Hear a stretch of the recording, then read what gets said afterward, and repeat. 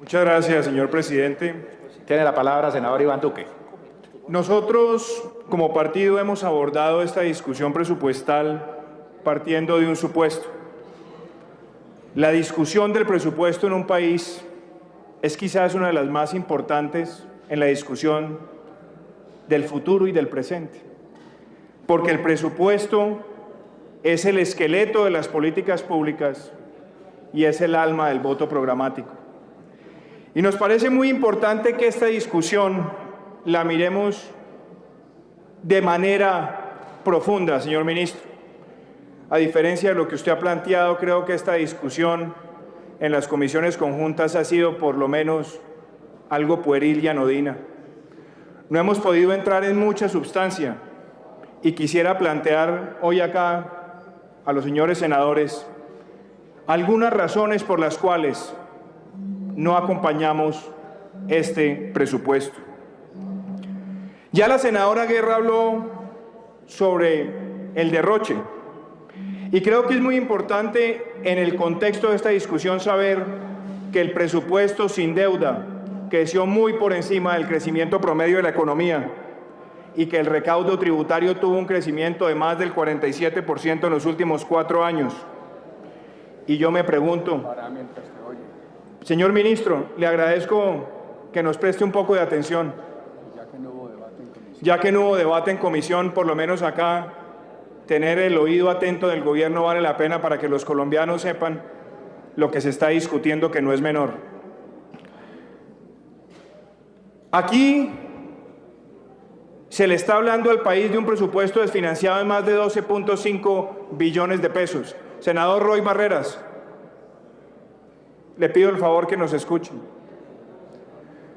Y se ha ocultado, señor ministro, se ha ocultado que la razón por la que hemos llegado acá es por ese hueco fiscal que sí existe. Y sí existe porque hace 2 meses, cuando se presentó el marco fiscal de mediano plazo, ustedes mismos le estaban diciendo adiós al impuesto al patrimonio y le estaban diciendo un adiós lento al impuesto al 4 por mil. Pero la segunda razón por la cual no acompañamos este presupuesto es porque se está llevando al país algo muy peligroso, que es una dictadura tributaria.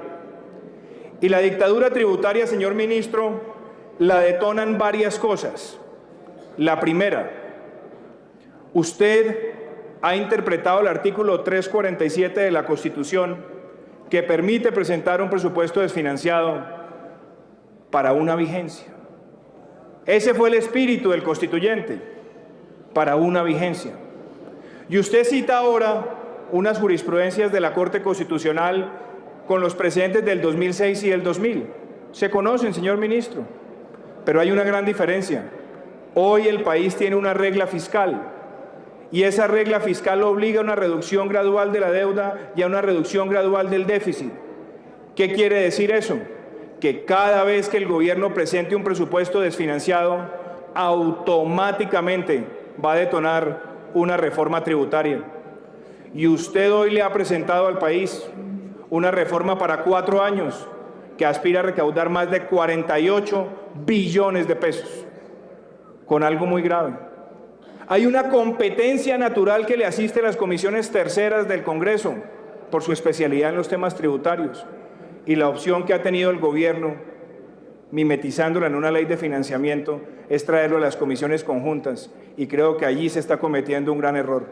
No solo por el camino hacia la dictadura tributaria, sino por no permitir un debate más profundo sobre los temas que competen a los ciudadanos. Pero lo más grave aún es que la reforma que se ha presentado tributaria afecta a sectores productivos en un momento muy difícil. La semana pasada vimos las cifras del DANE y vimos que 13 de los 25 sectores industriales del país han tenido una contracción. Hemos visto cómo el sector agrícola también presentó un peor desempeño en el segundo trimestre con relación al primero, que no se ve con buenos augurios. Y también hemos visto el sector minero-energético presentar grandes dificultades adicionadas a una caída importante de las exportaciones. Entonces, la reforma, señores senadores, con la que se va a financiar este hueco fiscal, trae una sobretasa del CREE, para recaudar 2.5 billones de pesos. Y entonces uno se pregunta, señor ministro, ¿usted nunca socializó eso? ¿Nunca lo comunicó a la opinión pública? Y si es verdad esas cifras de austeridad que se han anunciado, el 1.7 billones que usted anunció en las comisiones conjuntas y el billón adicional que anunció el presidente Santos, ¿por qué no se ve reflejado ese ahorro en el monto del presupuesto nacional? ¿Y por qué no se ve reflejada una menor carga tributaria? Y por supuesto, ¿por qué no se ve en no tener que acudir a esa sobretasa del CRE que tanto afecta al sector empresarial colombiano? Pero adicionalmente nos ha traído el impuesto a la riqueza, cambiándole la naturaleza al impuesto al patrimonio. Y le quiero también recordar a los apreciados colegas que en el 2010, cuando se crea el impuesto al patrimonio, se configura a partir de 3.000 millones de pesos. Pero en el año 2010, por una razón extraordinaria, que era la oleada invernal, el gobierno lo bajó a una base gravable de 1.000 millones de pesos. Y hoy, con el impuesto a la riqueza, se quiere volver esa ampliación extraordinaria de la base permanente. Y mire, hay sectores en este país, señor ministro, que van a tener que pagar 3 veces por el mismo patrimonio, por renta presuntiva, por impuesto predial y por patrimonio. Pregúntese, ¿cómo le dice uno eso al pueblo colombiano ahora cuando se están avecinando momentos de turbulencia? Y también, mírelo desde este punto de vista, ¿por qué estamos ampliando esa base del impuesto a la riqueza cuando el 90% del recaudo de ese impuesto está en patrimonios superiores a los 3.000 o a los 5.000 millones de pesos? Hay que tener cuidado con esa aproximación. Y le agrego otra medida que está contemplada allí: la eliminación de las devoluciones a los pagos con tarjetas débito y crédito, que fue un instrumento para incentivar la bancarización y para promover el consumo en la clase media. Otra señal negativa de la reforma que va a financiar este presupuesto desfinanciado. La tercera razón, señor ministro, tiene que ver con la eficiencia del gasto. Ya la senadora Guerra habló de algunas razones. Miremos la estaticidad, la no movilidad de la productividad en el país en los últimos 3 años. El agravamiento del índice de desigualdad del Gini en 13 de las principales ciudades del país y el estancamiento de ese índice, a pesar de haber visto ese aumento en el presupuesto de inversión y en el presupuesto en general. Pero, señores senadores, le agrava aún algo más. El Departamento Nacional de Planeación tiene un instrumento de medición de las metas de gobierno que se conoce como sinergia, y hemos visto que ninguna de las metas porcentuales que se tenían sectoriales en los últimos 4 años se ha cumplido, con la excepción de un sector. La cuarta razón: el mismo presupuesto, señor ministro, que usted nos presenta, dice que el 60% del presupuesto de inversión es para gastos que no son económicamente productivos.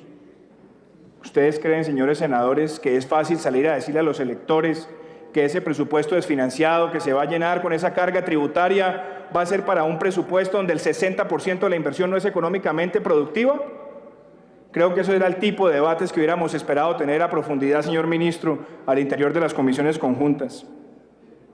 Y sobra decir que hay otra razón de peso.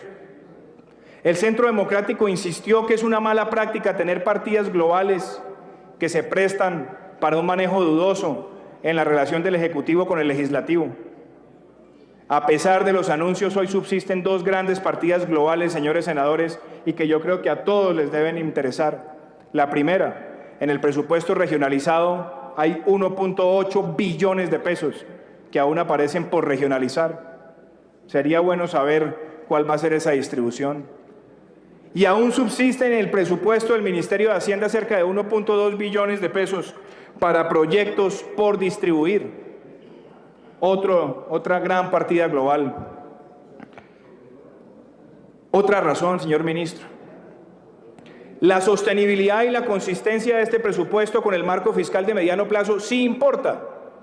Y sí importa porque usted nos dijo en el mes de junio, a sabiendas que ya la Agencia Internacional de Energía empezaba a alertar sobre los precios del petróleo, que el precio que íbamos a tener durante la próxima década iba a ser de $100. Y, señores senadores, ya la realidad nos muestra que el precio del petróleo está bordeando los $80. Por cada dólar que cae el precio del petróleo con relación al marco fiscal, la nación deja de recibir cerca de 350.000 millones de pesos al año. Y en materia de producción también nos decía el marco fiscal de mediano plazo que íbamos a producir 1 millón de barriles. Ya sabemos que este año tuvimos que replantear la cifra con respecto al 2013, pero lo que es aún más grave, señores senadores, es que Colombia tiene reservas para 7 años y la Agencia Colombiana de Petróleos ya habla de un escenario base de producción de 830.000 barriles. Y la última ronda Colombia de asignación de campos petroleros, que ofreció 96 yacimientos, solamente firmó contratos por 26, la cifra más baja en 14 años. Senador Iván Duque, se le va cumpliendo el tiempo de lo que acordamos. Me quedan 2 minutos, señor presidente. Sí, senador. Cierro con lo siguiente. Otra razón, las promesas de campaña. Usted estaba allí, señor ministro, cuando en las comisiones conjuntas el ministro Henao dijo que no tenía recursos para las 300.000 casas gratis adicionales. Y también estaba allí cuando la ministra Parodi dijo que con escasos recursos iba a poder cumplir algunos básicos pilotos en materia de jornada única. La pregunta que uno se hace es, ¿cuál va a ser la reforma tributaria para cumplir con esas promesas que no están contempladas? O si el gobierno le va a decir al país que lo que tuvo fue un ojo pantagruélico y poca capacidad fiscal para hacer la realidad. Señor ministro, hoy el panorama internacional no es fácil y me parece que usted está vendiendo demasiadas ilusiones. Usted habla de la economía más sólida, pero sí, la economía más sólida de la que usted habla también sigue teniendo uno de los desempleos más altos de las principales economías de la región. Sigue teniendo una tasa de desempleo juvenil alarmante, sigue teniendo un elevado nivel de informalidad y sigue teniendo unos mercados de capital que son pequeños para el tamaño de la economía. Hay que tener mucho cuidado con esa reforma que usted está presentando para tapar huecos. Y creo, para cerrar, señores senadores, que la responsabilidad nuestra es que esta reforma que se ha presentado no sea aprobada con los elementos que tiene. Afecta a la inversión, afecta al ahorro, golpea a la clase media y desincentiva muchos sectores importantes para la generación de empleo. Usted, señor ministro, sabe que el panorama que se viene en términos de los índices globales de bonos para los mercados emergentes se van a deteriorar y el costo de la deuda se va a deteriorar para muchos países de la región. Ya hemos visto para Colombia un deterioro en los últimos meses. Usted sabe, señor ministro, lo que le va a pasar al país con esa caída de las rentas petroleras. Y usted sabe, señor ministro, que estamos jugando con candela si no le hablamos al país de una reforma tributaria estructural. Por eso, señores senadores, el Centro Democrático no va a votar este presupuesto, lo va a votar negativamente. Y le solicito a usted, señor presidente, en uso de las facultades que nos otorga el reglamento, que la votación de este presupuesto sea nominal. Muchas gracias. Así se hará. Señor senador, tiene el uso de la palabra el senador Jorge Robledo. Sí, señor presidente. Yo voy a ser muy breve, estimados colegas del Senado.